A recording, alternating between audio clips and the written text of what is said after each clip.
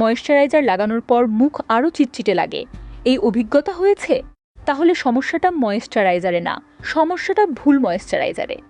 অনেকে ভাবেন ময়েশ্চারাইজার মানেই ভারী ক্রিম বা তেলযুক্ত লোশন, কিন্তু ময়েশ্চারাইজার আসলে অনেক রকম হয়। অয়েলি স্কিনের জন্য আলাদা, ড্রাই স্কিনের জন্য আলাদা।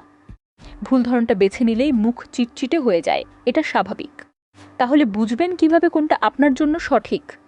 প্যাকেটের গায়ে দেখুন, ওয়াটার বেসড বা গ্যালো টেক্সচার লেখা থাকলে অয়েলি স্কিনের জন্য নিরাপদ।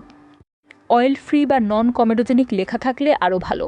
আর যেগুলোতে মিনারেল অয়েল বা পেট্রোলতুম আছে সেগুলো এড়িয়ে চলুন। উপাদান হিসেবে হ্যালুরোনিক অ্যাসিড সবচেয়ে নিরাপদ, এটা তোকে পানি টেনে রাখে, তেল যোগ করে না। গ্লিসারিনও একই কাজ করে। এই দুটো উপাদান আছে এমন ময়েশ্চারাইজার অয়েলি স্কিনে একদম হালকা লাগে। আরেকটা বড় ভুল হলো বেশি পরিমাণে লাগানো। অয়েলি স্কিনে মটরশুঁটির দানার সমান পরিমাণই যথেষ্ট। বেশি দিলে ত্বক শুষে নিতে পারে না, উপরে জমে থাকে, চিটচিটে লাগে। লাগানোর সময়টাও গুরুত্বপূর্ণ।